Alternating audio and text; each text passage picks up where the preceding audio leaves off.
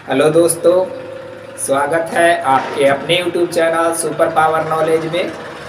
और पिछले दिन हम लोग अम्ल के परिभाषा और अम्ल के गुण के बारे में अध्ययन किए थे। और आज हम लोग अम्ल के प्रकार का जो है स्टडी करेंगे।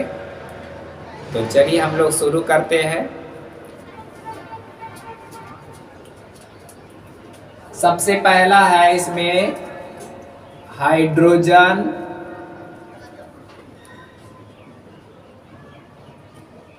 और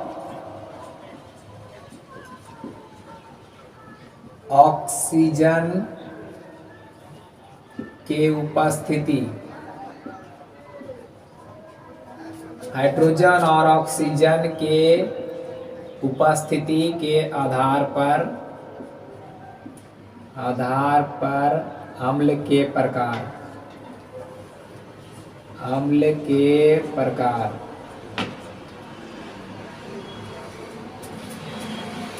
सबसे पहला बात हम लोग जानेंगे कि हाइड्रोजन और ऑक्सीजन के उपस्थिति के आधार पर जो है वो अम्ल को दो भागों में बांटा गया है। हाइड्रोजन और ऑक्सीजन के आधार पर अम्ल को दो भागों में बांटा गया है, जिनमें से पहला है, जिसको हम लोग पहला में लिखे, पहला है ये है, इसको हम लोग कहेंगे ऑक्सी अम्ल। ऑक्सी अम्ल क्या होता है? वह अम्ल या तो ऐसा अम्ल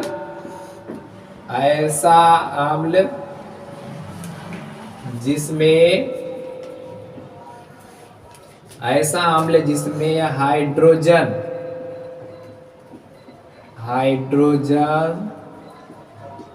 तथा ऑक्सीजन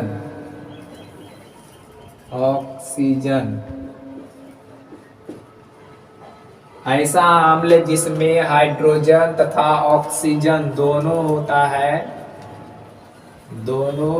है, तो ऐसे अम्ल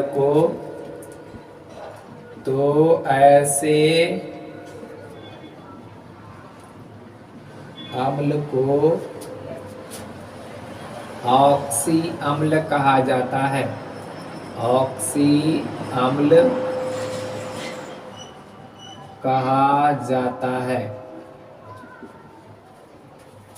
ऐसा अम्ल जिसमें हाइड्रोजन तथा ऑक्सीजन दोनों होता है, तो ऐसे अम्ल को क्या कहेंगे? तो ऐसे अम्ल को ऑक्सी अम्ल कहा जाता है। उदाहरण में क्या हो जाएगा? उदाहरण में जैसे हो जाएगा H2SO4, इसको कहेंगे हम लोग सल्फ्यूरिक अम्ल। इसमें हाइड्रोजन भी है और ऑक्सीजन भी है, तो ऐसे अम्ल क्या होंगे? ऑक्सी अम्ल होंगे। और एक एग्जाम्पल है जैसे HNO3, ये भी क्या है? ये भी जो है ऑक्सी अम्ल है, क्योंकि इनमें हाइड्रोजन है और साथ में ऑक्सीजन भी है। CH3COOH, ये भी क्या है? ये भी जो है ऑक्सी अम्ल है, क्योंकि इसमें भी हाइड्रोजन है और ऑक्सीजन है। इसके अलावा HCOOH, ये भी क्या है? HCOOH, इसको कहा जाता है फॉर्मिक अम्ल। इसके अलावा बहुत सारे और भी एसिड हैं जिनमें हाइड्रोजन और ऑक्सीजन है। फिर से एक बार देखते हैं, इसको कहा जाता है H2SO4, जिसको हम लोग कहते हैं सल्फ्यूरिक अम्ल। ये हो गया HNO3, इसको कहा जाता है नाइट्रिक अम्ल। इनमें भी हाइड्रोजन और ऑक्सीजन है। इसको हम लोग कहते हैं एसिटिक अम्ल, CH3COOH, इसमें भी हाइड्रोजन और ऑक्सीजन है। और इसको हम लोग कहते हैं फॉर्मिक अम्ल, इसमें भी हाइड्रोजन और ऑक्सीजन है। अतः ये चारों जो है वो क्या है? तो ऑक्सी अम्ल है। इसके अलावा और भी बहुत सारे जो ऑक्सी अम्ल हो सकते हैं। अब दूसरा है सर, जिसको हम लोग कहते हैं हाइड्रा अम्ल। दूसरा क्या है सर? दूसरा है हाइड्रा अम्ल। हाइड्रा अम्ल क्या है सर? ऐसा अम्ल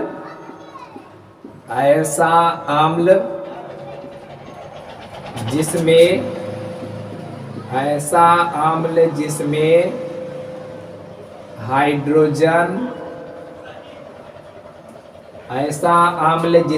हाइड्रोजन ऐसा अम्ल जिसमें हाइड्रोजन पाया जाता है लेकिन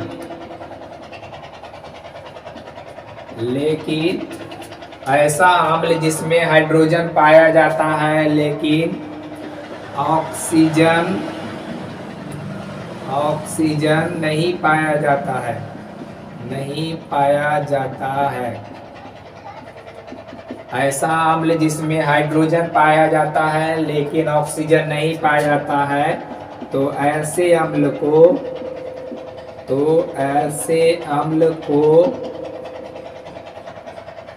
हाइड्रा अम्ल कहा जाता है। हाइड्रा अम्ल कहा जाता है। इस एक बार, ऐसा अम्ल जिसमें हाइड्रोजन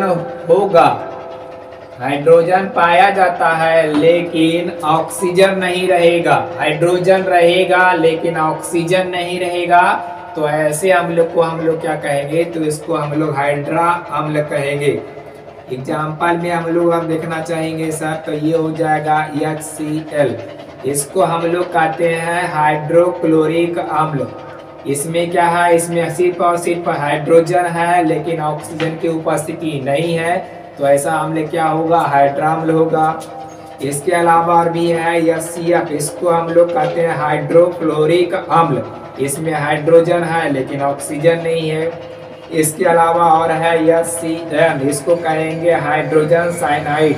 इसमें भी हाइड्रोजन है लेकिन ऑक्सीजन नहीं है, तो इसे अम्ल को हम लोग क्या कहेंगे? हाइड्रा अम्ल। हाइड्रा का मतलब जिसमें क्या है? जिसमें H होगा। हाइड्रा मतलब यस से हाँ यानी हाइड्रा, यानी जिसमें हाइड्रोजन होगा ऑक्सीजन नहीं होगा, तो ऐसे अम्ल को हम लोग क्या कहेंगे? हाइड्रा अम्ल कहेंगे। और इत्यादि इसके अलावा और भी अम्ल हैं जिनमें ऑक्सीजन की उपस्थिति नहीं है लेकिन और हाइड्रोजन की उपस्थिति है। ये था हाइड्रोजन और ऑक्सीजन के आधार पर अम्ल के प्रकार। अब जो है वो और अलग है। पहले हम लोग इसको मिटा लेंगे एक बार, पहले फिर से हम लोग देख लेते हैं कि ऑक्सी अम्ल क्या है। पहले हाइड्रोजन और ऑक्सीजन के आधार पर जो है वो अम्ल को दो भागों में बांटा गया है। एक तो पहला है कि ऑक्सी अम्ल, यानी ऐसा अम्ल जिसमें हाइड्रोजन होगा, हाइड्रोजन के साथ साथ ऑक्सीजन भी होगा, तो ऐसे अम्ल को हम लोग ऑक्सी अम्ल कहेंगे। और ऐसा अम्ल जिसमें हाइड्रोजन होगा लेकिन ऑक्सीजन नहीं होगा, तो ऐसे अम्ल को हम लोग क्या कहेंगे? तो ऐसे अम्ल को हम लोग हाइड्रा अम्ल कहेंगे। ये अब इसको हम लोग मिटाते हैं। इसके अलावा और भी है जो प्रकार हम बताएंगे। अब है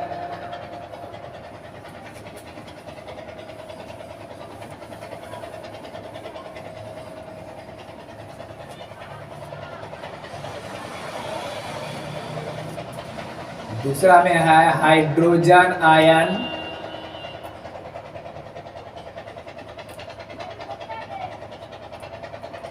हाइड्रोजन आयन त्याग करने की हाइड्रोजन आयन त्याग करने की क्षमता के आधार पर अम्ल के प्रकार।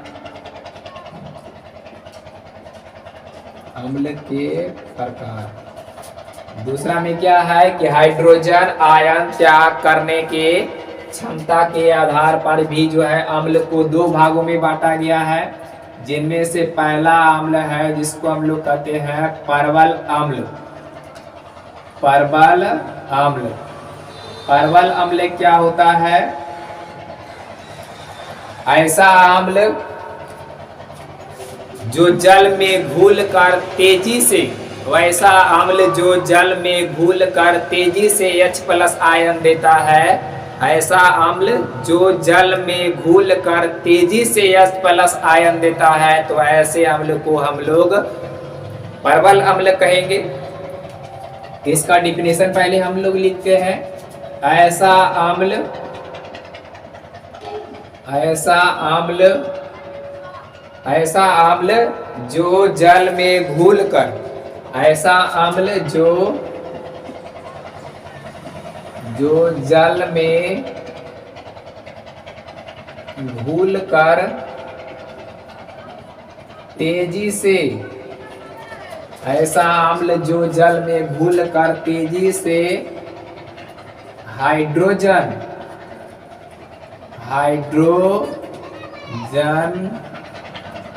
आयन देता है। ऐसा अम्ल जो जल में घुल कर तेजी से हाइड्रोजन आयन देता है, तो ऐसे अम्ल को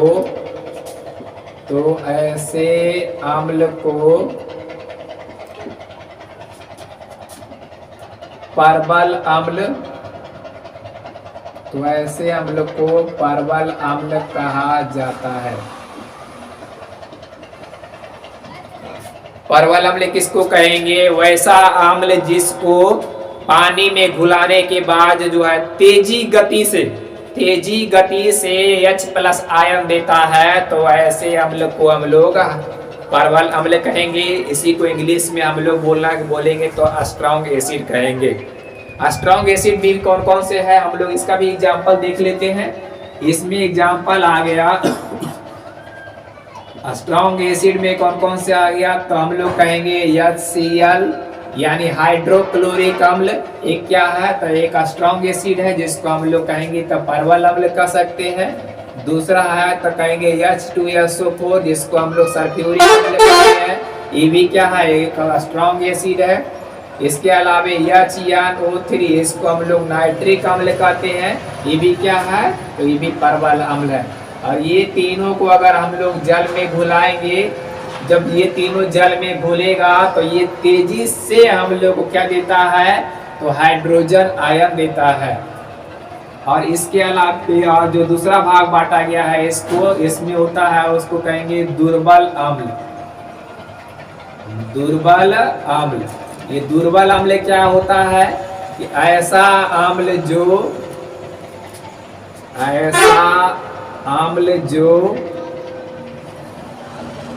जल में घुल कर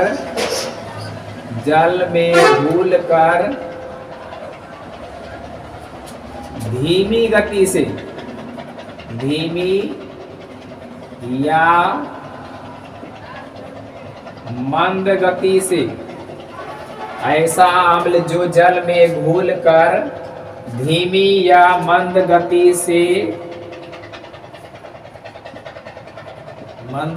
से हाइड्रोजन आयन देता है। हाइड्रोजन आयन देता है, तो ऐसे अम्ल को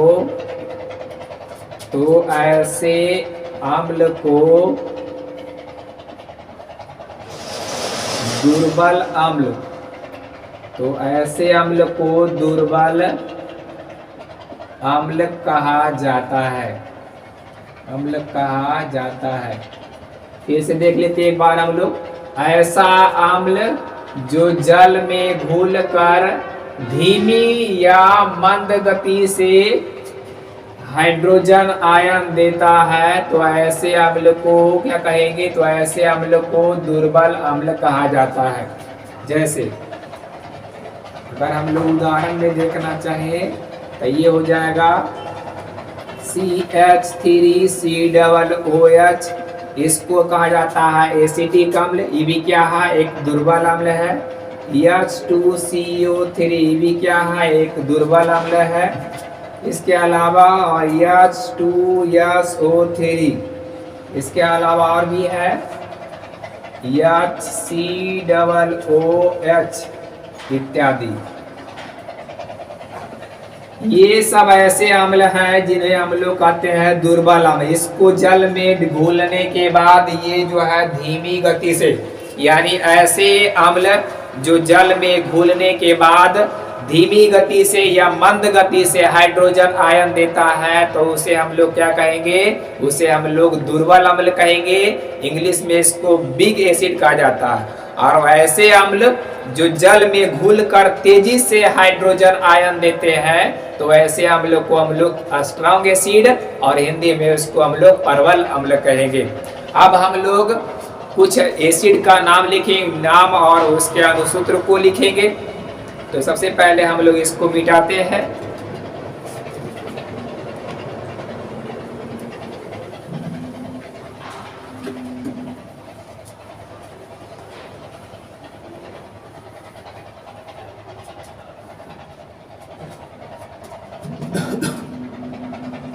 सबसे पहला अम्ल हम लिख रहे हैं, इसका नाम है हाइड्रोक्लोरिक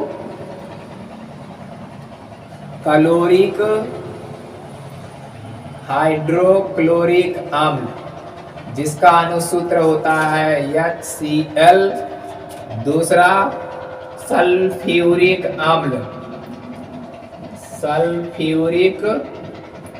अम्ल, इसका फार्मूला होता है H2SO4।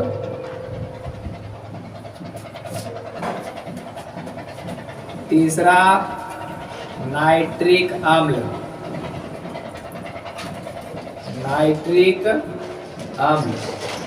इसका अनुसूत्र होता है HNO3। चौथा एसिटिक अम्ल, इसका अनुसूत्र होता है CH3COOH। पांचवा फॉर्मिक अम्ल,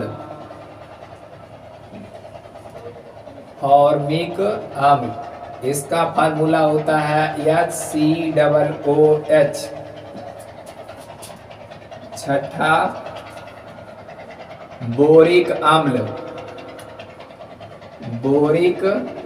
अम्ल, इसका अनुसूत्र होता है H3BO3। सातवां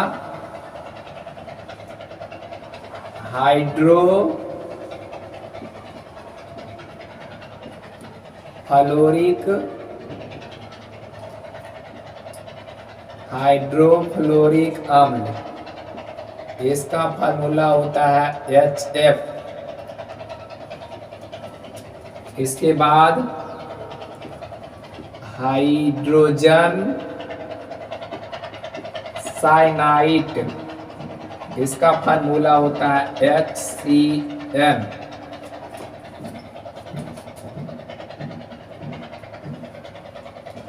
उसके बाद फास्फोरिक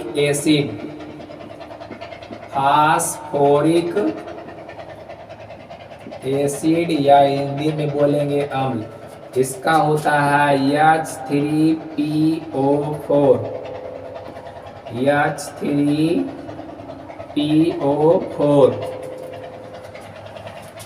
इसके बाद कार्बनिक अम्ल, इसका अनुसूत्र H2CO3।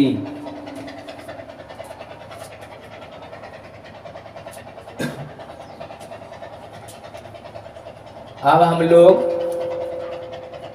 कुछ स्रोत और किस पदार्थों में कौन सा अम्ल पाया जाता है उसको भी हम लोग जानेंगे। सबसे पहले हम लोग उसको भी थोड़ा सा शुरू कर लेते हैं। जैसे ये तो हो गया, इसका अम्ल का अनुसूत्र हो गया। एक बार फिर से पढ़ लेते हैं। ये हो गया हाइड्रोक्लोरिक अम्ल, इसका अनुसूत्र होता है HCl। सल्फ्यूरिक अम्ल, इसका अनुसूत्र होता है H2SO4। नाइट्रिक अम्ल, इसका फार्मूला होता है HNO3।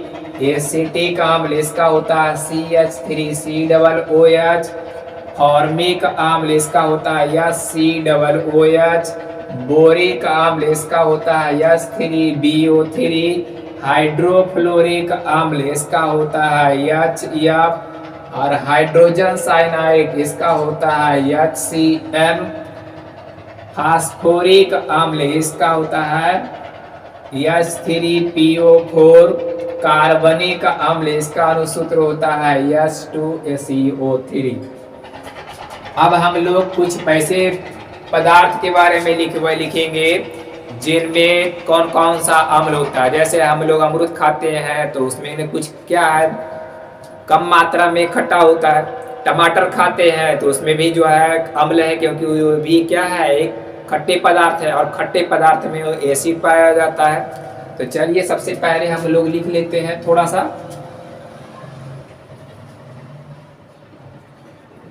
पहला है टमाटर, टमाटर, पालक,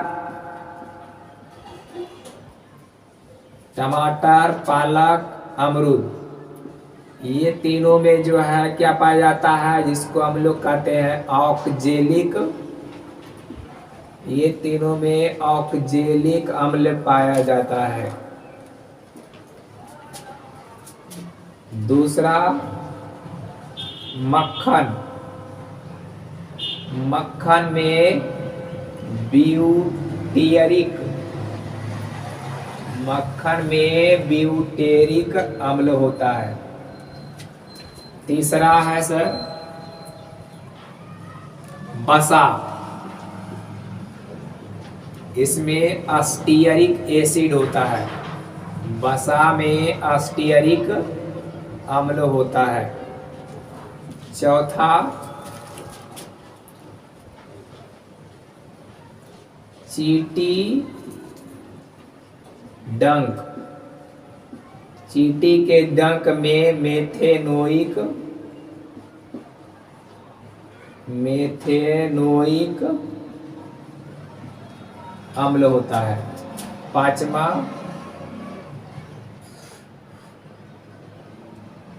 सेव, सेव में कौन सा अम्ल होता है, सेव में मैलिक अम्ल होता है, सेव में मैलिक अम्ल होता है। ये छठा संतरा, संतरा में कौन सा अम्ल होता है, संतरा में होता है साइट्रिक अम्ल, संतरा में साइट्रिक अम्ल। इमली, इमली में कौन सा अम्ल होता है सर, इमली में टार्टरिक, इमली में टार्टेरिक अम्ल होता है। इसके बाद अंगूर, अंगूर में कौन सा अम्ल होता है, अंगूर में भी साइट्रिक, अंगूर में भी क्या होता है, साइट्रिक अम्ल होता है। इसके अलावे प्याज, आंवला, प्याज और आंवला में एस्कॉर्बिक, एस्कॉर्बिक एसिड। इसके बाद खट्टा दूध दही, इसमें लैक्टिक, लैक्टिक अम्ल होता है। 9, 8, 9, 10, 8, 9 हो गया, ये 10 हो गया, और ये 11 हो गया। बिच्छू डंक, बिच्छू के डंक में भी मेथेनोइक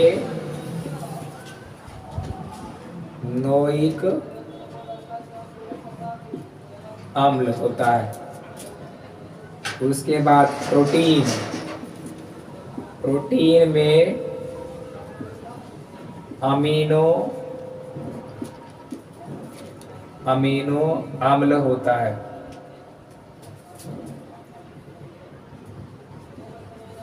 मानव के उदर में, मानव के उदर, उदर मतलब पेट में कौन सा अम्ल होता है, इसको हम लोग कहते हैं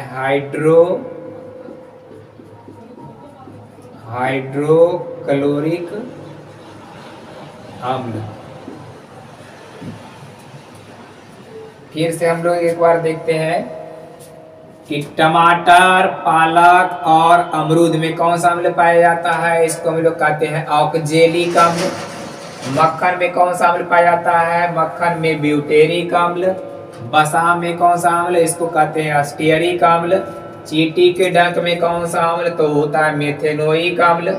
सेव में कौन सा अम्ल होता है, तो कहेंगे मौलिक अम्ल पाया जाता है। संतरा में कौन सा अम्ल होता है, तो कहेंगे साइट्रिक अम्ल। इमली में कौन सा अम्ल होता है, तो कहेंगे टार्टेरिक अम्ल। अंगूर में कौन सा अम्ल होता है, तो कहेंगे साइट्रिक अम्ल होता है। प्याज में, आंवला में कौन सा अम्ल होता है, तो इसको कहेंगे एस्कॉर्बिक अम्ल होता है। खट्टा दूध या दही में कौन सा अम्ल होता है, तो लैक्टिक अम्ल होता है।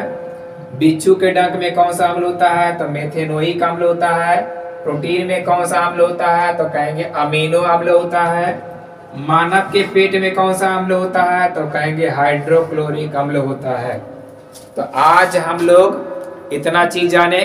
अगले वीडियो में हम लोग अम्ल और क्षार के बारे में जो है रिएक्शन जानेंगे कि अम्ल और क्षार जो है किस प्रकार अभिक्रिया करता है।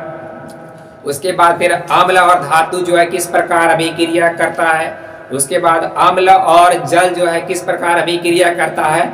इसके बारे में हम लोग कल स्टडी करेंगे। आज यहीं तक।